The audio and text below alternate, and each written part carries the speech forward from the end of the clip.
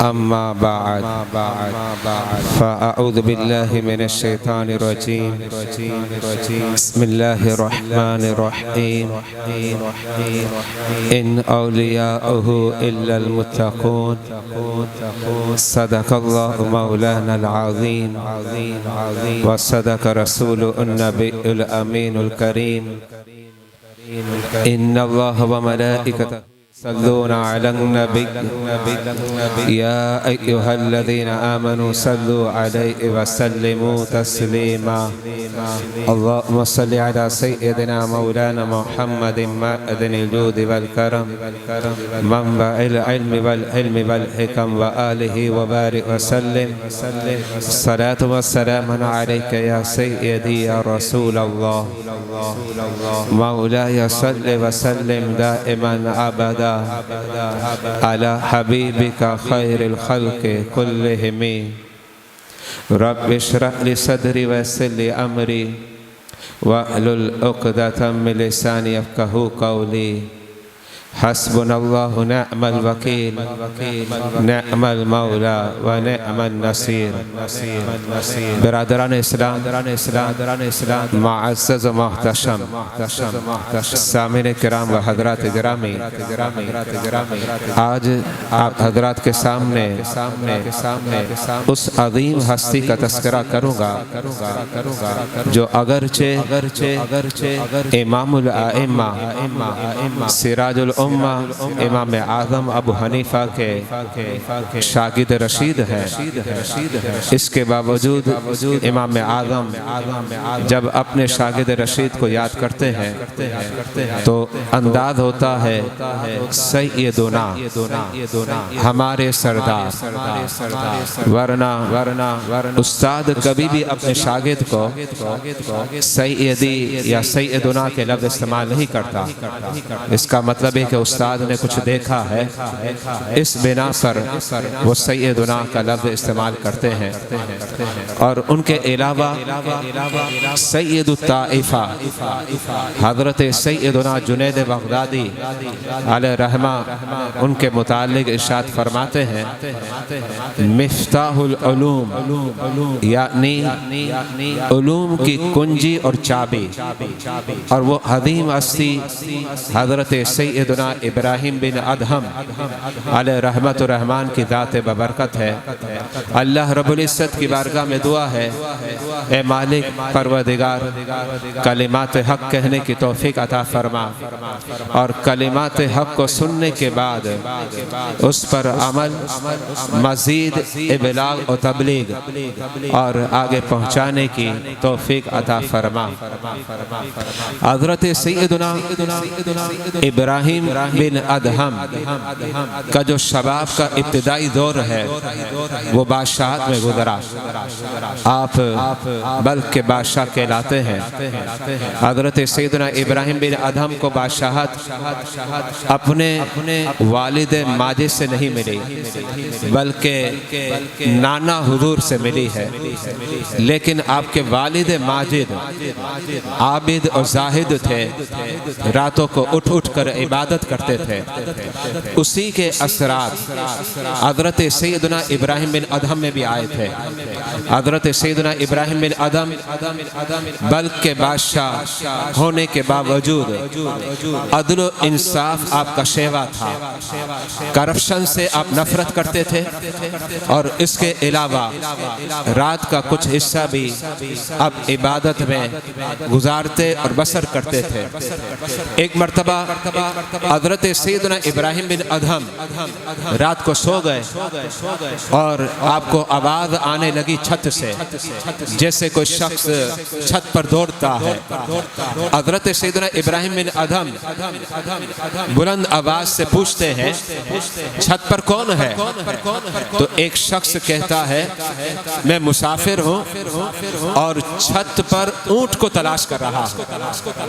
حضرت سیدنا ابراہیم بن ادہم کہتے ہیں چھت پر اونٹ کو تلاش کرنا، یہ کیسے ہو سکتا ہے؟ جاؤ کسی گلی میں ہوگا، محلے میں جاؤ، گلی میں جاؤ، وہاں اونٹ ملے گا۔ آپ شاہی محل کی چھت پر اونٹ کو تلاش کر رہے ہیں۔ تو اس شخص نے کہا، اے ابراہیم، جیسے چھت پر اونٹ نہیں مل سکتا اور چھت پر اونٹ کو تلاش کرنا یہ حیرانگی کی بات ہے، تو اس سے زیادہ حیرانگی کی بات یہ ہے کہ نرم نرم بستروں میں خدا بھی نہیں ملا کرتا۔ تو تم نرم بستروں میں خدا کو تلاش کرتے ہو، یہ اس سے زیادہ حیرانگی کی بات ہے۔ حضرت سیدنا ابراہیم بن ادھم تھوڑی دیر کے بعد سو گئے، لیکن یہ بات آپ کو دل پر لگی تھی اور یہ ایک چوٹ تھی، اور گویا اللہ کی بارگاہ سے یہ اصلاح کا ایک انداز تھا۔ رب جو ہے حضرت ابراہیم بن ادھم کو عظیم الشان توفیق عطا فرمانا چاہتا تھا۔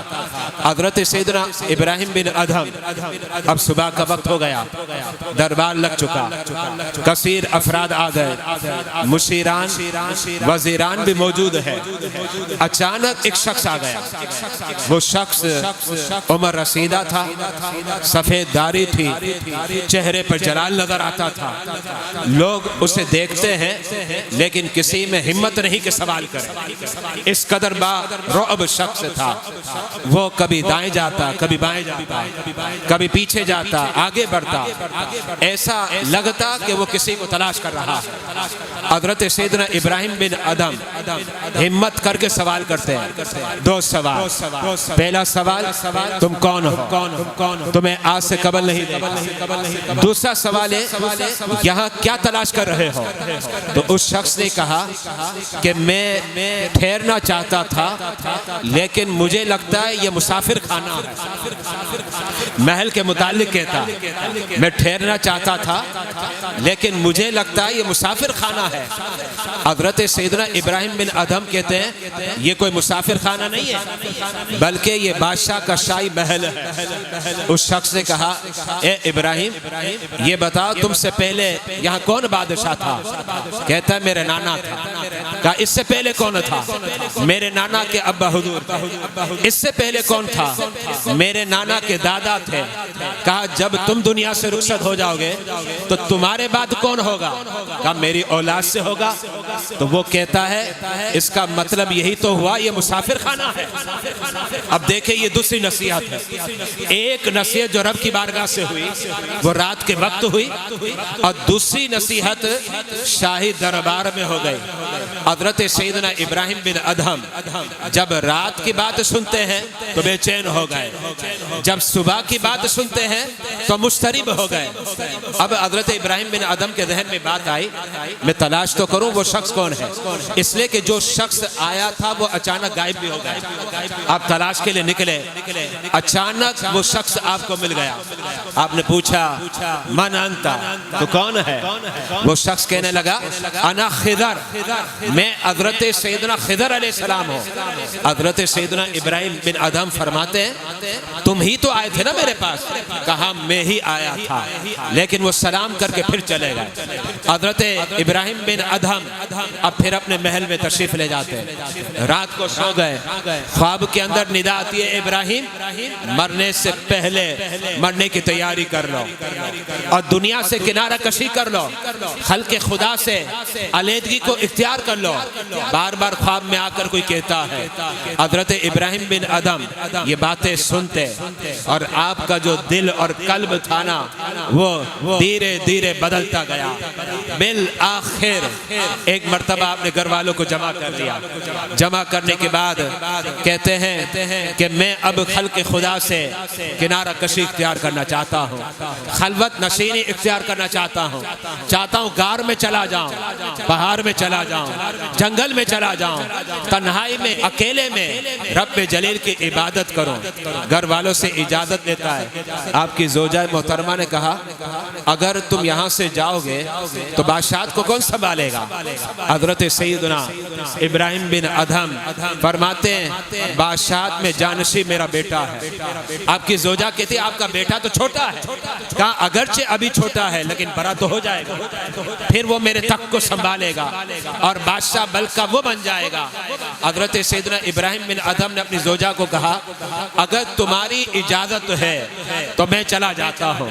آپ کی زوجہ نے کہا عبادت کے لیے تو میں نہیں روک سکتی، اس لیے کہ آپ کی زوجہ بھی عابدہ اور زاہدہ تھی۔ جب آپ رب کے قرب کے اس مقام پر فائد ہو چکے ہیں تو آپ کو اگر جانا ہے تو چلے جائیں۔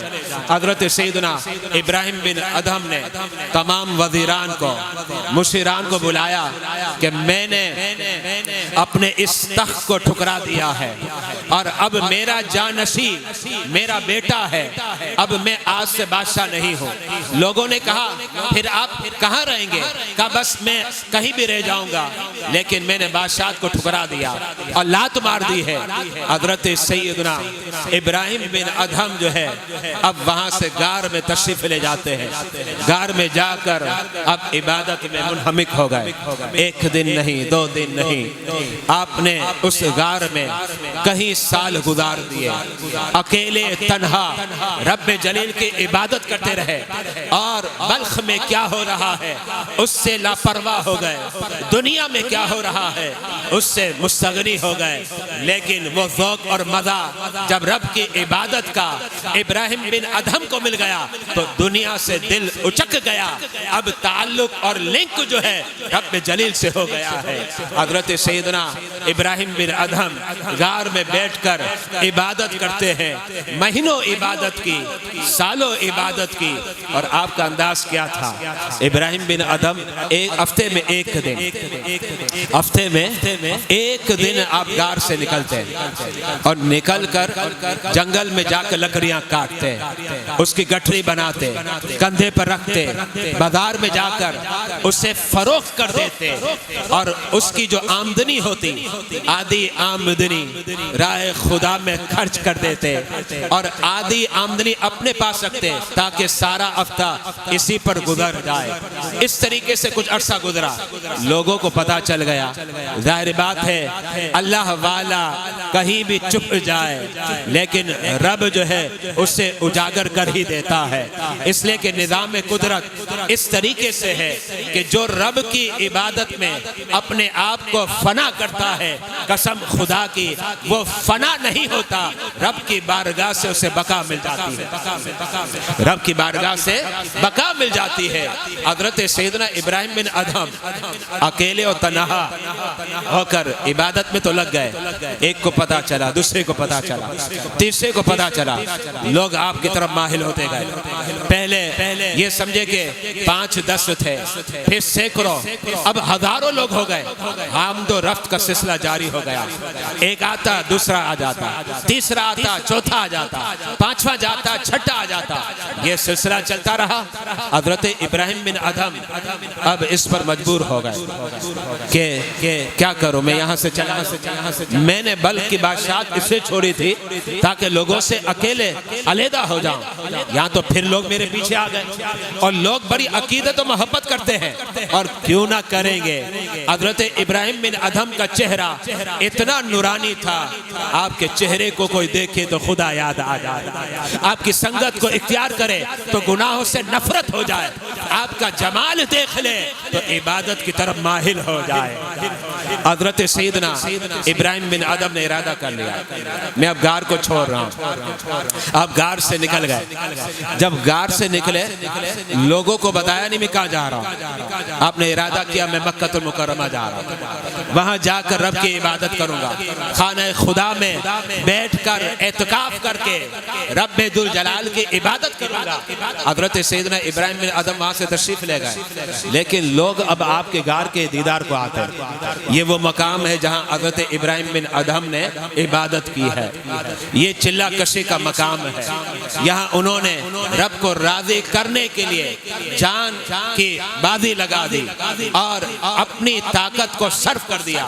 اور ایک اور بات بتانا چاہ رہا ہوں، کتابوں میں یہ بات بھی لکھی ہوئی ہے، حضرت ابراہیم بن ادھم جس جگہ پر عبادت کرتے تھے وہاں سے از خود خوشبو آتی تھی۔ یہ وہ خوشبو نہیں ہے جو ہم جیسے بعض لوگ ہوتے ہیں اور بعض لوگوں کو بیوقوف بنا دیتے ہیں، عطر لگاتے کہتے دیکھو یہاں سے خوشبو آ رہی ہے۔ بھائی عطر لگاؤ گے تو خوشبو آئے گی نا، آپ اپنے اوپر لگائیں، کپڑے پر لگائیں، جگہ پر لگائیں تو خوشبو تو آنی ہے۔ یہ وہ خوشبو نہیں ہے، یہ اس کے علاوہ خوشبو ہے، اور وہ کون سی خوشبو ہے؟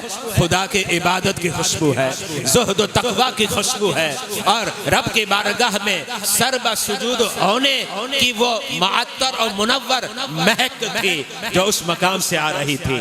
حضرت سیدنا ابراہیم بن ادم رخت سفر باندھتے ہیں مکہ المکرمہ کی جانب، اور وہ رخت سفر اس انداز میں تھا، آپ نے سوچا تھا میں ٹھہراؤ کروں گا، ایک مقام پر ٹھہروں گا کچھ عرصہ، پھر دوسرے مقام، پھر تیسرے مقام، یعنی ایک طویل سفر تھا، مہینوں کا سفر نہیں تھا، بلکہ مکہ المکرمہ پہنچنے کے لیے سالوں کا سفر آپ کو طے کرنا تھا۔ اس انداز میں آپ نے مکہ المکرمہ پہنچنا تھا۔ جب مکہ المکرمہ پہنچنا، کسی طریقے سے بات پھیل گئی، لوگوں کو پتا چل گیا کہ حضرت سیدنا ابراہیم بن ادھم جو ہے وہ مکہ المکرمہ آ رہے ہیں۔ جب لوگوں کو پتا چلا، مکے میں شور مچ گیا کہ ابراہیم بن ادھم آ رہے ہیں۔ سارے لوگ سوچ رہے کون سے قافلے میں آ رہے ہیں، جس قافلے میں آئیں گے شاندار انداز میں استقبال ہوگا۔ مکے کے اندر جو بھی ہے، عمر رسیدہ ہو، جوان ہو، ادھیر عمر دا ہو، نوجوان ہو، بچہ ہو، ہر ایک دل میں یہی رکھا ہوا ہے، ابراہیم بن ادم آئے ہم ان کا استقبال کریں گے، اس لیے کہ انہوں نے سنا تھا ابراہیم بن ادم جو ہے خدا کے عظیم ولی ہے، صاحب ولایت بھی ہے، صاحب کرامت بھی ہے۔ تو حضرت سیدنا ابراہیم بن ادم کے مکہ المکرمہ پہنچنے کی خبر پھیل گئی، لوگ استقبال کے لیے آ گئے، معلوم کرتے ہیں، کھوج لگاتے ہیں کون سا قافلہ آ رہا ہے۔ جب پتا چلا کہ فلاں قافلہ، اس قافلے میں حضرت سیدنا ابراہیم بن ادم ہے، اس قافلے کی آمد کا وقت ہونے والا تھا، سب جو ہے لب شرق استقبال کے لیے جمع ہو گئے، سینکڑوں اور ہزاروں افراد ہے، اللہ کا ولی آ رہا ہے۔ ماضی میں ملک کا بادشاہ تھا، پہلے جسموں پر حکومت کرتا تھا، اب وہ دلوں پر حکومت کر رہا ہے، اب وہ دلوں پر حکومت کر رہا ہے۔ حضرت سیدنا ابراہیم بن ادھم کے قافلے کا انتظار ہے، آنکھیں بے تاب ہے، دل بے قرار ہے۔ ابراہیم بن ادھم آئے، ان کا جمال دیکھے، ان کا جلوہ دیکھے، لوگ بے تاب ہو چکے ہیں کہ ابراہیم بن ادھم کا چہرہ دیکھا جائے۔ حضرت سیدنا ابراہیم بن ادھم کو پتا چل گیا کہ میرا تو اہل مکہ شاندار انداز میں استقبال کرنے والے ہیں۔ آپ نے سوچا میرا استقبال نہ ہو، مکی لوگ ہیں، مکے والے ہیں، وہ میرا استقبال کریں گے؟ میں تو بندہ ناچیز ہوں، اپنے آپ کو حقیر سمجھتا ہوں، اور پھر مکے کے لوگ میرا استقبال کریں۔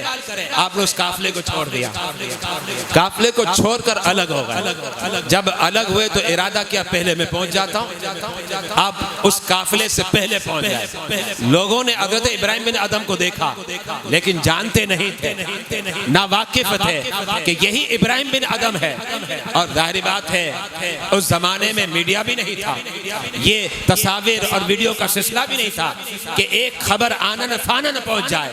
اس زمانے میں خبروں کے پہنچنے کے لیے کافی وقت درکار ہوا کرتا تھا۔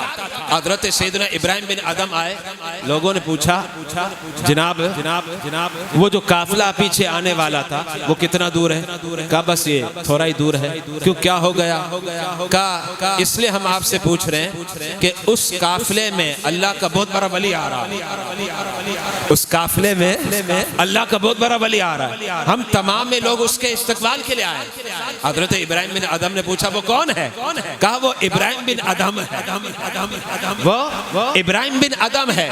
تو حضرت سیدنا ابراہیم بن ادم ارشاد فرماتے ہیں اچھا وہ تو بڑا نکما ہے، نکما شخص ہے، آپ ایسے شخص سے ملاقات کرنا چاہ رہے ہیں؟ اس کی کوئی حیثیت نہیں ہے، کوئی وہ اللہ کا ولی نہیں ہے، اس سے ملاقات کرنی ہے۔ لوگوں نے کہا جناب آپ کیا کہہ رہے ہیں؟ یہ اللہ کا ولی ہے اور آپ اللہ کے ولی کے متعلق نازیبا کلمات استعمال کر رہے ہیں۔ کہا نہیں، وہ تو نکما آدمی ہے، ایسے شخص کا کوئی استقبال نہیں ہونا چاہیے۔ ایک شخص جلال میں آ کر تھپڑ مارتا ہے، اور تھپڑ کس کو مار رہا ہے؟ ابراہیم بن ادم کو ہی مار رہا ہے، وہی حضرت سیدنا ابراہیم بن ادھم تھے، جب تماچا رسید کیا حضرت سیدنا ابراہیم بن ادھم وہاں سے تشریف لے گئے اور رب کی بارگاہ میں عرض کرنے لگے، مولا حقیقت یہی تھی کہ میں مستحق استقبال کا نہیں تھا، بلکہ میں مستحق تماچے کا تھا۔ جس کا مستحق تھا وہ مجھے مل گیا، جس کا میں مستحق تھا وہ مجھے مل گیا، مولا تیرا شکر ہے۔ اب آپ مکہ المکرمہ میں تشریف لے آئے، وہاں رہنے لگے۔ جب مکے کی گلیوں میں لینے لگے، تھوڑے عرصے میں لوگوں کو پتا چل گیا ابراہیم بن ادھم تو یہی ہے، یہی ابراہیم بن ادھم ہے۔ اب پھر اہل مکہ جمع ہو گئے، 1 آیا، 2 آیا، 10 آئے، 20 آئے، پورا مکہ ابراہیم بن ادھم کا معتقد ہو گیا، پورا مکہ۔ اور اہل مکہ کے بڑے بڑے شیوخ، بڑے بڑے علماء اور مشائخ حضرت ابراہیم بن ادھم کے مرید ہو گئے اور آپ کا گیت گانے لگے اور آپ کا چرچا کرنے لگے۔ اب اہل مکہ سے پوچھا جائے آپ کا شیخ کون ہے، سب بیک زبان یہی کہتے تھے ابراہیم بن ادھم جو ہے یہ ہمارا شیخ ہے۔ اب آپ اس سے اندازہ لگائے، یہ امام اعظم ابو حنیفہ کے تلمید رشید ہیں، لیکن رب نے انہیں بڑا عظیم مقام عطا فرمایا تھا۔ حضرت سیدنا ابراہیم بن ادھم کے بارے میں جب پتہ چل گیا تو آپ نے لوگوں کو کہا میں مکہ چھوڑ کے چلا جاؤں گا، مجھے لوگوں سے کنارہ کش رہنا، لوگوں کے بیچ نہیں رہنا۔ کہا نہیں حضرت آپ رہیں، ہم آپ کو تنگ نہیں کریں گے۔ کہا پھر ایک شرط ہے۔ کہا کیا شرط ہے؟ شرط یہ ہے مجھے کوئی نذرانہ نہیں دے گا، کوئی تحفہ نہیں دے گا، کوئی گفٹ نہیں دے گا، میرے لئے کچھ بھی نہ کیا جائے۔ لوگوں نے کہا حضرت ہم کوئی نذرانہ نہیں دیں گے، کوئی گفٹ نہیں دیں گے، لیکن آپ یہاں رہے تاکہ ہم آپ سے سیکھیں۔ حضرت سیدنا ابراہیم بن ادھم تصوف کی تعلیم دیتے، روحانیت کے اسباق پر آتے، اور پورا اہل مکہ حضرت سیدنا ابراہیم بن ادھم کا تذکرہ اور ذکر کرتا کہ ہمارا شیخ، ہمارا استاد، ہمارا سر جو ہے وہ حضرت سیدنا ابراہیم بن ادھم کی ذات بابرکت ہے۔ حضرت سیدنا ابراہیم بن ادھم کیا کرتے؟ مکے میں رہتے، تدریس فرماتے، تصوف کا درس دیتے، روحانیت کی تعلیم دیتے، ساری رات عبادت کرتے، لیکن آپ کا معمول تھا اب روزانہ روزہ رکھتے۔ اب کوئی روزہ رکھے گا تو افطار کو تو کھائے گا نا۔ اب رمضان مبارک قریب ہے، آپ کو پتا سارا دن روزہ رکھتے ہیں تو افطار کے وقت ساری کسر مکمل کر لیتے ہیں۔ افطار کے وقت اتنا کھا لیتے ہیں کہ کبھی کبھار احساس ایسا ہوتا ہے کہ رمضان کے علاوہ غالباً ہم کم کھاتے ہوں گے، رمضان میں ہم اس سے بھی زیادہ کھا بیٹھتے ہیں، جبکہ رمضان کا تصور یہی ہے کہ پیٹ خالی ہو تو کسر نفسی ہو، انسان خدا کا قرب حاصل کرے اور رب کے قریب ہو جائے۔ یہی تصور رمضان ہے، لیکن رمضان کا تصور ختم ہو گیا۔ لیکن پوچھئے ہمارے اکابرین سے، حضرت سیدنا ابراہیم بن ادھم جو ہے جب روزہ افطار کرتے تو ایک کھجور کھاتے، 1 یا 2 گھونٹ پانی پی لیتے، بس اب ساری رات کچھ نہیں۔ اب سحری کا وقت آتا، اس لیے کہ افطار بھی سنت ہے اور سحری بھی سنت ہے، اب دونوں سنتیں اختیار بھی کر لیے۔ جب سحری کا وقت آتا پھر ایک کھجور کھا لیتے، پھر پانی پی لیتے، کہتے ہیں اسی طریقے سے روزہ رکھتے رہتے، راتوں کو عبادت کرتے رہتے۔ یہ انداز تھا عبادت کا، ریاضت کا، زہد و تقوی کا۔ کاش کہ اس کے کچھ قطرے اور کچھ آثار جو ہے ہمارے اندر بھی آ جائے، ہمارے اندر بھی آ جائے۔ حضرت سیدنا ابراہیم بن ادھم دن میں روزہ، رات کو عبادت، کھانا کم ہے۔ اور یاد رکھیے گا علماء نے اپنی کتابوں میں لکھا ہے انسان خدا کے قرب میں ایک ایسے مقام پر آ جاتا ہے کہ اب اگر وہ کھانا پینا ترک کر دے لیکن خدا کی عبادت کرے، ذکر کرے، تو ذکر سے اسے خوراک ملتی رہتی ہے۔ یہ یاد رکھیے گا، یہ ایک مقام اور لیول ہے جو منصب ولایت پر فائز ہو جاتے ہیں۔ ایسا لگتا ہے حضرت سیدنا ابراہیم بن ادھم جو ہے اس مقام پر فائز ہو گئے تھے، اب نہ کھانا ہے نہ پینا ہے۔ اگر سحری اور افطاری ہے تو وہ سنت کی وجہ سے ہے، لیکن خدا کا ذکر ذکر کرتے ہیں رب غذائیت عطا فرما دیتا ہے، رب جو ہے غذائیت عطا فرما دیتا ہے۔ حضرت سیدنا ابراہیم بن ادہم نذرانے نہیں لے رہے، گفٹ نہیں لے رہے، سب پر پابندی، کوئی گفٹ نہیں، کوئی نذرانہ نہیں۔ لوگ تو اپنی خواہش کا اظہار کرتے ہیں، حضرت ہم گفٹ دینا چاہتے ہیں، نذرانہ دینا چاہ رہے ہیں، ہمارے مال سے کوئی کمی نہیں ہوگی، لیکن جو مال آپ کے پاس آئے گا اس کی برکت سے ہمارے دیگر اموال میں برکت ہو جائے گی۔ لیکن آپ نے منع کر دیا تھا، اہل مکہ سے وعدہ کر لیا تھا کوئی نذرانہ گفٹ طائف نہیں چلے گا، میں نہیں لوں گا۔ حضرت سیدنا ابراہیم بن ادہم کو کہا حضرت اب سارا دن تو عبادت کرتے ہیں، دن میں روزے ہیں، عبادت کرتے ہیں، تصوف کی تعلیم دیتے ہیں، رات کو بھی عبادت کرتے ہیں، تو کھائیں گے پیئیں گے کہاں سے، کمائیں گے کہاں سے، مال کہاں سے آئے گا؟ حضرت سیدنا ابراہیم بن ادہم نے فرمایا میں جنگلوں میں جا کر لکڑیاں کاٹوں گا۔ آپ جنگل میں جاتے لکڑیاں کاٹتے، لکڑیوں کی گٹھری اپنے کندھے پر رکھتے، بازار میں جا کر اسے بیچتے، اور جو کماتے اس سے بھی کیا ہوتا اکثر روپیہ پھر آپ خرچ کر دیتے، رائے خدا میں دے دیتے۔ یہ انداز تھا حضرت سیدنا ابراہیم بن ادہم کا۔ اب آپ کا بیٹا بڑا ہو گیا، ملک کا بادشاہ بن گیا تھا، اور اپنی اماں سے کہتا ہے اماں باپ سے ملنا ہے۔ ایک طویل عرصہ ہو گیا باپ کو دیکھا نہیں، کافی عرصہ گزر گیا، سال گزر گئے، اب تو مجھے شکل بھی یاد نہیں، اس لیے کہ میں چھوٹا تھا اس وقت میرے باپ نے مجھے چھوڑا تھا، اب میں باپ سے ملاقات کرنا چاہتا ہوں۔ اماں نے کہا معلوم کرو کہاں ہے، مجھے تو نہیں پتا۔ بیٹا چونکہ ملک کا بادشاہ تھا، اس کی اپروچ تھی، رسائی تھی، معلومات کرتا ہے، پتا چلا باپ مکہ المکرمہ میں ہے، پتا چل گیا کہ میرے والد مکہ المکرمہ میں ہے۔ آپ کے بیٹے نے کیا کیا سنیے، بیٹے نے اعلان کر دیا اس سال میں حج کے لیے جا رہا ہوں، اور جو میرے ساتھ حج کے لیے آئے گا اس کا سارا خرچہ میں اٹھاؤں گا۔ بلکہ میں جب اعلان کیا نا 4000 افراد آمدہ ہو گئے۔ اب 4000 افراد کا خرچہ بلک کا جو موجودہ بادشاہ ہے یعنی حضرت سیدنا ابراہیم بن ادہم کا جو بیٹا اور لگتے جگر ہے اس سے خرچہ اٹھایا، اور آپ کا بیٹا وہی شان تھی۔ جب حضرت ابراہیم بن ادہم بلک کے بادشاہ تھے تو اس وقت بھی خدا ترس تھے، وہی شان آپ کے بیٹے میں بھی نظر آتی تھی۔ اب بیٹا وہ قافلہ لے کر اپنی اماں کو لے کر یعنی حضرت سیدنا ابراہیم بن ادہم کی زوجہ کو لے کر مکہ المکرمہ پہنچ گیا، اور سب لوگوں کو کہا منتشر ہو جاؤ، اپنی اپنی عبادتیں کرو، جس سے طواف کرنا ہے طواف کرے، نفل پڑھنا ہے نفل پڑھے، قرآن پڑھنا ہے قرآن پڑھے، سب اپنے اپنے راستوں کو پکڑو، مجھے اب تنہا چھوڑ دو، میں اپنی ماں کے ساتھ رہنا چاہتا ہوں، اور 2-4 خادم ہوں گے بس میرے ساتھ، یہ 4000 کا مجموعہ میرے ساتھ نہیں ہوگا۔ اور یہ آپ نے اس لیے کیا کہ کہیں والد صاحب کو پتہ نہ چل جائے، اگر والد صاحب کو پتہ چل جائے گا تو کہیں ایسا نہ ہو کہ میرے ابا حضور پھر مکہ چھوڑ کر بھی چلے جائیں۔ تو پوچھنے لگے بتاؤ ابراہیم بن ادہم کہاں ملیں گے؟ لوگوں نے کہا آپ کن کے متعلق پوچھ رہے ہیں؟ اہل مکہ کے جتنے مشائخ ہیں سب ان کے شاگرد ہیں، سارے علماء ان کے شاگرد ہیں، یہ ہمارے شیخ ہیں۔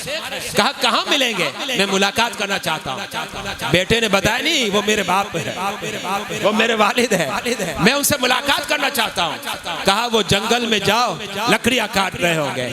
بیٹا گیا جنگل کے اندر، باپ کو دیکھتا ہے، عمر رسیدہ شخص ہے، تھوڑی کمر جھکی ہوئی ہے، بال سفید ہو گئے ہیں، اور چہرے پر جھڑیاں پڑی ہوئی ہیں، لیکن جنگل میں جا کر لکڑیاں کاٹتا ہے، اس کی گٹھری کندھے پر رکھتا ہے، وہ پیچھے پیچھے جاتا ہے، بازار میں باپ جا کر اس گٹھریوں کو بیچتا ہے۔ بیٹے کے آنکھوں سے اشک بہنے لگے کہ بیٹے کے تو خدام ہے، پانی پینے کی ضرورت پڑتی ہے تو خادم پانی لے کر آ جاتے ہیں، اور اس کا باپ جو ہے لکڑیاں جنگل میں کاٹ رہا ہے اور گٹھریاں کندھوں پر اٹھاتا ہے، بازار میں جا کر ان گٹھریوں کو بیچتا ہے۔ اشک جاری ہو گئے لیکن ملاقات نہیں کی۔ ملاقات نہ کرنے کی وجہ کیا تھی؟ اس بات کا اندیشہ تھا باپ کو پتا چلے گا تو باپ مکہ بھی چھوڑ کر چلا جائے گا، مکے کو بھی چھوڑ کر چلا جائے گا، اس نے بتایا نہیں۔ اب ایک مرتبہ بیٹا کعبہ شریف کا طواف کرنے لگا، جب کعبہ شریف کا طواف کر رہا تھا تو حضرت ابراہیم بن ادہم بھی کعبہ کا طواف کر رہے تھے۔ یہ اب حسن اتفاق ہو گیا، حضرت سیدنا ابراہیم بن ادھم نے دیکھا لیکن پہچان نہیں پائے، کیونکہ جب چھوڑا تھا تو چھوٹے تھے، تھا بیٹا۔ اب باپ بیٹے کو غور غور سے دیکھتا ہے تو دل میں سوچتا ہے یہ کوئی اپنا لگتا ہے، غیر نہیں ہے، اور لگے گا، ظاہر بات ہے خون ہے نا، یہ کوئی اپنا لگتا ہے۔ کافی دیر تک دیکھتے رہے، آپ کے جو شاگرد تھے اور مریدین تھے انہوں نے دیکھا ہمارا شیخ اس جوان کو دیکھ رہا ہے، کیا وجہ ہے؟ اب ان میں سے ایک شخص اس جوان کی تلاش میں نکلا۔ یہ جوان ایک ریشمی خیمے کے اندر بیٹھا ہوا ہے۔ وہ شخص باہر گیا، باہر جا کر دیکھتا ہے، لگتا ہے یہ شخص تو بڑا امیر لگتا ہے، کسی ملک کا بادشاہ ہے۔ خیمے کے باہر بیٹھ گیا، دیکھو کیا ہوتا ہے۔ اندر سے قرآن کی تلاوت کی آواز آ رہی تھی۔ بل کا بادشاہ خیمے میں بیٹھ کر یاد کس کو کرتا ہے؟ خدا کو کر رہا ہے۔ وہ اندر میں گیا، اندر میں جانے کے بعد سلام کرتا ہے، کہتا ہے بیٹا آپ کون ہے؟ کہا میں بلخ کا بادشاہ، بلخ کا بادشاہ، موجودہ بادشاہ ہوں۔ کہا یہاں کسی سے ملاقات کرنی تھی؟ کہا ہاں۔ بولا کس سے؟ کہا ابا سے ملاقات کرنی تھی۔ کہا آپ کے ابا کون ہے؟ کہا میرے والد ابراہیم بن ادھم ہے۔ وہ معتقد کہتا ہے ہم انہی کے تو مرید ہیں، ہم انہی کے تو شاگرد ہیں۔ تو آپ نے ملاقات کر لی؟ کہا ملاقات نہیں کی، لیکن جنگل میں دیکھا تھا، جب حالت دیکھی تو اشک بہنے لگ گئے تھے، لیکن میں نے ملاقات اس لیے نہیں کی، مجھے ڈر لگا کہ ہمیں دیکھ کر پھر ہمارا باپ پھر مکہ چھوڑ کر نہ چلا جائے، اس لیے میں نے ملاقات نہیں کی۔ کہا نہیں میں ملاقات کرواتا ہوں۔ کہا میری اماں بھی ہے جو میرے باپ کی زوجہ، میں اسے بھی لے جانا چاہتا ہوں۔ کہا دونوں چلو، میں ابراہیم بن ادھم سے ملاقات کرواتا ہوں۔ وہ دونوں کو لے گیا۔ حضرت سیدنا ابراہیم بن ادھم سے جیسے ملاقات ہوئی تو اب ظاہری بات ہے بیوی اتنے عرصے کے بعد مل رہی ہے، وہ اپنے شوہر کو دیکھتی رہ گئی، اور ابراہیم بن ادھم فرماتے ہیں یہ میرا لاڈلا ہے نا، یہ میرا بیٹا ہے۔ تو بیوی کہتے ہیں ہاں یہ آپ کا لخت جگر ہے۔ حضرت ابراہیم بن ادھم جو ہے اپنے لخت جگر کو دیکھتے ہیں اور اپنے سینے سے لگاتے ہیں، کبھی ماتھے کو چومتے ہیں، کبھی گالوں کو چومتے ہیں۔ بیٹا اتنے عرصے کے بعد ملا ہے، اتنی جدائی اور افتراق کے بعد ملا ہے، بیٹا بھی تڑپ رہا ہے، کلیجہ بھی تڑپ رہا ہے، دل بھی تڑپ رہا ہے، باپ بیٹے سے مل رہا ہے اور بیٹا باپ سے بغل گیر ہو رہا ہے۔ دونوں ایک دوسرے کو دیکھتے ہیں، اشک بہنے لگے، باپ بھی روتا ہے، بیٹا بھی رو رہا ہے، زوجہ بھی رو رہی ہے، اور آپس میں گفتگو سنی شروع ہو گئی، مکالمہ شروع ہو گیا۔ لیکن باپ کیا کہتا ہے؟ بیٹا یہ بتا کون سے مذہب پر ہے؟ پہلا سوال کون سے مذہب پر ہے؟ بیٹا کہتا ہے ابا الحمدللہ مسلمان ہو، الحمدللہ مسلمان ہو۔ باپ نے کہا بتاؤ قرآن پڑھا نہیں پڑھا؟ بیٹا کہتا ابا حضور امی نے مجھے قرآن پڑھا دیا ہے، اس لیے کہ جب آپ شریف النفس ہے تو آپ کی رنگت گھر والوں میں بھی نظر آتی ہے۔ اب میری ماں بھی عابدہ زاہدہ ہے، خدا کے فضل سے میں بھی عبادت اور ریاضت کرتا ہوں، جیسے آپ عدل و انصاف کرتے تھے میں بھی عدل و انصاف کرتا ہوں۔ باپ نے کہا اچھا اب میں خوش ہو گیا، نمازیں پڑھتے ہو نا؟ کہا نمازیں پڑھتا، میں خوش ہوں، ٹھیک ہے۔ اب بیٹا کہتا، بیوی تو سمجھ گئی تھی کہ میرے کہنے سے یہ نہیں آئیں گے، لیکن بیٹا کہتا ہے ابا اتنے عرصے کے بعد ملے ہو، گٹھریاں کندھوں پر اٹھاتے ہو، کمر تو جھک چکی ہے، اور آپ کا بیٹا بلخ کا بادشاہ ہے، مجھے شرم آتی ہے، اب آپ چلے میرے ساتھ بلخ میں۔ ابا نے کہا نہیں میں نہیں آ سکتا، میں نے بلخ کو چھوڑ دیا، بادشاہت کو ٹھکرا دیا، دنیا سے کنارہ کش ہو گیا، خلق خدا کو میں نے طلاق دے دی ہے، اب تو بس میرا رب ہے اور میرے رب سے میری لو لگ گئی ہے۔ بیوی نے تو پہلے ہی اجازت دے دی تھی، بیوی زور نہیں لگا رہی، پریشر نہیں دے رہی، اصرار نہیں کر رہی، لیکن بیٹا بار بار اصرار کر رہا ہے۔ باپ دیکھتا ہے تو روتا بھی ہے، کلیجہ پھٹتا بھی ہے، اور بیٹے کو دیکھتا ہی رہتا ہے۔ اسی دوران کیا ہوا؟ حضرت سیدنا ابراہیم بن ادھم نے آنکھیں بند کر لی۔ جب آنکھیں بند کی تو رب کی بارگاہ میں دعا کی، اے مولا یا تو تم میرے بیٹے کو موت دے دے یا پھر مجھے موت دے دے۔ یہ باپ کہہ رہا یا تو بیٹے کو موت دے دے یا مولا پھر تو مجھے موت دے دے۔ اور جب آپ نے دعا کی تھوڑی دیر گزری تھی کہ آپ کے بیٹے کا انتقال ہو گیا۔ بیٹا اسی وقت مر گیا جو ضد کر رہا تھا، اصرار کر رہا تھا، بیٹے کا انتقال ہو گیا۔ لوگوں نے کہا حضرت ہم نے آپ کو دیکھا، آپ نے آنکھیں بند کی تھی، آپ کچھ رب سے مانگ رہے تھے۔ حضرت سیدنا ابراہیم بن ادم فرماتے ہیں میں جب اپنے بیٹے کی محبت میں گرفتار ہو گیا اور بیٹے کی محبت میں مجنون ہونے لگا تو نداہ غیبی آ گئی۔ رب کی جانب سے مجھے کہا جا رہا تھا اے ابراہیم بیٹے سے زیادہ محبت کرتے ہو یا رب سے زیادہ کرتے ہو؟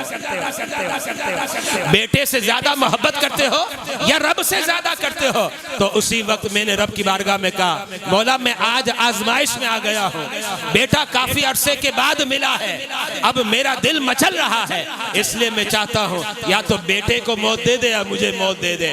رب نے میری دعا کو قبول فرما لیا، رب نے میری دعا کو قبول فرما لیا۔ حضرت سیدنا ابراہیم بن ادم کے زوجہ چلے گئے، اب مکے میں رہتے رہے اور گمنام پھر ہونے لگ گئے۔ حضرت سیدنا ابراہیم بن ادم کو رب نے اتنا عظیم مقام عطا فرمایا، ایک مرتبہ آپ کشتی میں سفر کر رہے تھے، طوفان آ گیا، آپ بڑے باوقار پرسکون ہیں، لوگ سارے پریشان، کیا کریں؟ لوگوں نے کہا حضرت سارے پریشان ہیں، آپ بالکل پرسکون ہیں، تو کہا کیا ہو گیا؟ کہا طوفان آ رہا، ہم گھر کو ہو جائیں گے۔ کہا انشاءاللہ کچھ نہیں ہوگا۔ رب کی بارگاہ میں دعا کی مولا تیری قدرت کا نظارہ لوگوں نے دیکھ لیا، اب تیرا بندہ تجھ سے دعا کرتا ہے کہ تو طوفان کو جو ہے پلٹ دے۔ طوفان پلٹ گیا، ختم ہو گیا۔ ایک مرتبہ حضرت سیدنا ابراہیم بن ادم دریا کے کنارے جا رہے تھے اور کشتی میں بیٹھ گئے، کہا مجھے ایک کنارے چھوڑ دو۔ کشتی والے نے کنارے چھوڑا، اب اتر گئے، کنارے پر آ گئے، اس نے کہا کرایہ دیجئے۔ حضرت سیدنا ابراہیم بن ادم نے مٹی کو اٹھایا اور دے دیا، مگر کا مٹھی بند رکھنا۔ اس نے کہا حضرت میں نے کرایہ مانگا، آپ تو مٹی دے رہے ہیں، کہا آپ مٹھی کھول کر دیں۔ جب اس سے مٹھی کو کھولا تو وہ مٹی نہیں تھی بلکہ سونے کے ذرات۔ یہ حضرت سیدنا ابراہیم بن ادم ہے، ایک مرتبہ جنگل سے جا رہے تھے، آپ کے ساتھ آپ کے شاگرد تھے، سامنے شیر آ گیا اور وہ آوازیں نکالنے لگا۔ لوگوں نے کہا حضرت سامنے شیر ہے، چیر پھاڑ کرے گا، کہا کچھ نہیں کرے گا۔ شیر کو کہا اپنا راستہ پکڑ، شیر تم دبا کے وہاں سے چلا گیا۔ یہ حضرت سیدنا ابراہیم بن ادم ہے۔ رب جلیل نے بڑا عظیم مقام حضرت سیدنا ابراہیم بن ادم کو عطا فرمایا۔ اب آخری بات بتا رہا، کچھ نصیحتیں سن لیں جو ہمارے شیخ ابراہیم بن ادم پیش کر رہے ہیں، اللہ کے ولی نے پیش کیا، اور نصیحت اس لیے پیش کر رہا ہوں، ایک اللہ کا ولی پیش کر رہا ہے جس کا قلب مصفا ہے، جسم مجلہ ہے، چہرہ نورانی ہے، ظاہر صاف ہے، باطن ستھرا ہے، جس کو دیکھے تو خدا یاد آ جائے، جس کی سنگت اختیار کرے تو گناہوں سے نفرت ہو جائے، جس کی صحبت میں بیٹھ جائے تو خدا مل جایا کرتا ہے۔ حضرت سیدنا ابراہیم بن ادم فرماتے ہیں ایک مرتبہ میرے پاس ایک شخص آیا، 1000 درہم لے کہتا میں نے نذرانہ آپ کے لیے تیار کیا۔ اب 1000 درہم کوئی معمولی رقم تو نہیں، کہتا 1000 درہم ہے آپ لے لیجئے۔ حضرت سیدنا ابراہیم بن ادم منع فرماتے، کہتے مجھے نذرانہ نہیں چاہیے، میں نذرانہ نہیں لوں گا۔ کہا حضرت لے لیجئے نا۔ تو حضرت ابراہیم بن ادم نے ایک بڑی پیاری بات کی، میں وہ بات آپ کو سمجھانا چاہ رہا ہوں، کاش کہ ہمارے دل میں اتر جائے، بطور نصیحت ہے، اور یہ میری نصیحت نہیں ہے، حضرت سیدنا ابراہیم بن ادم کی ہے، جنہیں امام اعظم سیدنا کہتے ہیں اور جنید بغدادی مفتاح العلوم کہتے ہیں۔ حضرت سیدنا ابراہیم بن ادم نے فرمایا ہم فقیروں سے نذرانے نہیں لیتے۔ کیا کہا؟ فقیروں سے نذرانے نہیں لیتے۔ اس شخص نے کہا حضرت میں فقیر تھوڑی ہوں، اللہ نے بہت کچھ دیا ہے، مالدار ہوں، اور 1000 درہم دے گا کون؟ اب مجھے بتائیں آپ کے پاس کوئی آ کر آپ کو کوئی نذرانہ پیش کرے، چلو لے لو بھائی 10 لاکھ روپیہ، آپ کہے بھائی فقیروں سے 10 لاکھ روپے نہیں لیتا، کیا کہے کہے گا 10 لاکھ دینے والا کبھی فقیر ہوگا؟ تو اس شخص نے کہا حضرت فقیر ہوتا تو دیتا نہیں بلکہ میں بھی سوالی بن جاتا، منگتا بن جاتا۔ رب نے بڑی نعمتیں عطا فرمائے۔ حضرت ابراہیم بن ادم نے فرمایا میری نگاہوں میں فقیر کون ہے پتہ؟ میری نگاہوں میں فقیر وہ ہے، اب واضح ہو جائے گا۔ کہا یہ بتاؤ جتنا تمہارے پاس ہے اس کے علاوہ طلب ہے مال کی؟ کہتا ہاں علم مزید۔ ہم کہتے ہیں نا لاکھ روپے تو 2 لاکھ ہو جائے، 10 لاکھ ہے تو 50 لاکھ ہو جائے، کروڑ ہو تو 2 کروڑ ہو جائے۔ کہا اور کی طلب ہے؟ کہتا ہاں اور کی طلب ہے۔ کہا میں یہ سمجھتا ہوں جس کے دل میں اور مال کی طلب ہو وہی تو فقیر ہوتا ہے، وہ مالدار نہیں ہوتا، فقیر ہوتا ہے۔ اس سے کہ اسے ضرورت ہے نا، تبھی تو کہتا مجھے اور چاہیے، اور ضرورت مند فقیر ہوا کرتا ہے۔ اس کا مطلب یہ ہے کہ حضرت ابراہیم بن ادم بتانا چاہتے ہیں لالچ کو مار دو، حرص کو دبا دو، حرص کو ختم کر دو۔ ایک اور آخری بات پیش کرنا چاہ رہا ہوں۔ حضرت سیدنا ابراہیم بن ادم نے فرمایا 3 قسم کے جو افراد ہیں میں سمجھتا ہوں اس پر رحمت کے دروازے بند ہو جاتے ہیں۔ بات میں صوفیانہ کر رہا ہوں، فقہی نہیں کر رہا۔ فقہی حوالے سے باتیں کچھ اور ہوتی ہیں، یہاں صوفیانہ باتیں کر رہا ہوں اور روحانیت کی باتیں کر رہا ہوں، اس لیے کہ تذکرہ اس کا ہو رہا ہے جو روحانیت کا اپنے دور کا بادشاہ ہے، اپنے دور کا کنگ ہے۔ حضرت سیدنا ابراہیم بن ادم فرماتے ہیں 3 افراد ایسے ہوتے ہیں کہ جس سے رحمت کے دروازے بند ہو جاتے ہیں۔ پہلا کون ہے؟